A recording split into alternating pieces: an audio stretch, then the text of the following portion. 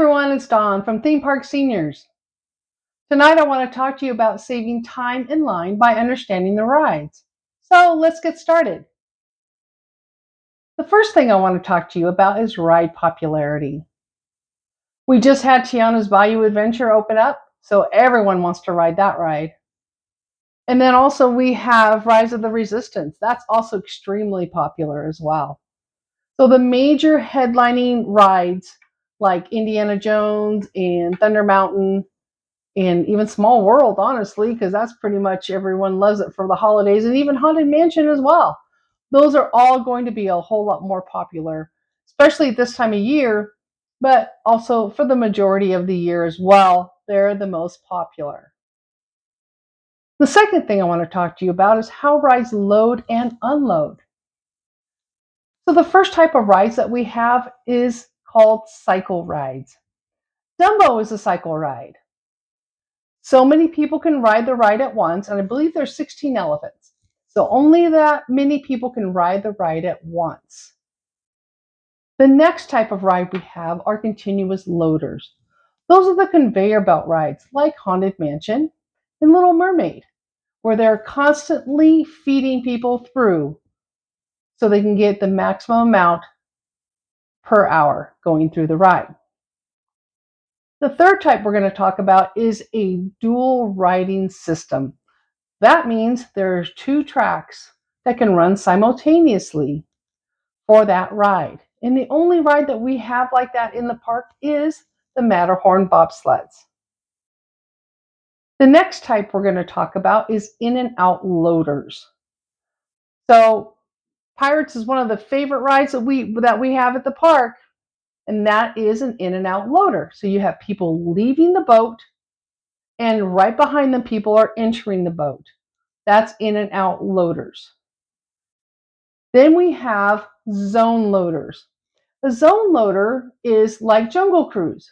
You have one area or zone where you load the boat, and you have a different area or zone where you offload from the boat. Then the boat goes back to the original loading point. So all these different types of rides do play a big part of how long you're going to wait in line. The third thing we're going to talk about is how many people can ride the ride at one time.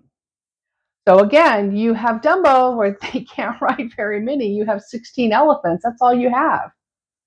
Or you have Haunted Mansion. It's on a conveyor belt, and you have a lot of doom buggies that they can add to that for the capacity of the park to help get those people through. The other thing we want to talk about is how many units are in service at one given time. Again, Dumbo is limited, just like Astro Orbiter is, and even some of the rides over in DCA are also limited, like In and Out Whirlwind, I think is what you call it. Those are all limited as to how many people can go on the ride at once. And then you have the other ones where they can add depending on the capacity of the park as well. The other thing we want to talk about, or the last thing, is how many cast members are available to operate the ride. Well, I have seen maybe one or two people operate Pinocchio because it's a very simple, you load and offload. I mean, it's a zone loader, but you have one person pushing the button that gets the ride to go. Or you have Pirates you have a lot of people. Then you have like at least two people running each line. You have the people on the other side getting the people out. You have a couple of different operators and spotters. So you have multiple people there getting them in and out of the ride. Even Small World is similar too. You have a lot of different people doing different stations to get those people through that ride. So kind of the most popular ride has a lot more people working on it compared to the ones that are situated to where they're the older rides, but they don't necessarily need to have a lot of people on them. The rides we didn't mention, those are like shows and play areas, like the animation building. in Hollywoodland. That's more of an interactive type of thing. The Redwood Creek Challenge Trail, that's an interactive. That's not necessarily where you're limited on time or they're trying to push people through. So I'm hoping this helps you to be able to understand the rides, to be able to help you with your day when you go to the park next time, especially when it's crowded. So you can kind of understand how long it's going to take you to get through a certain ride.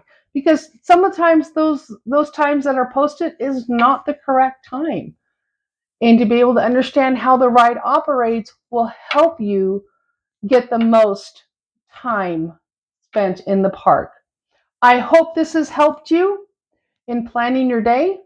If you have any questions, please leave me a message in the comments. I'm happy to answer it for you and look forward to hearing from you. If you could please like, subscribe, and notify so next time we have a video, which will be very soon coming out, plus a few more we have lined up, you'll be able to get notified on those. Thank you so much, and you have a great day and see you soon. Bye-bye.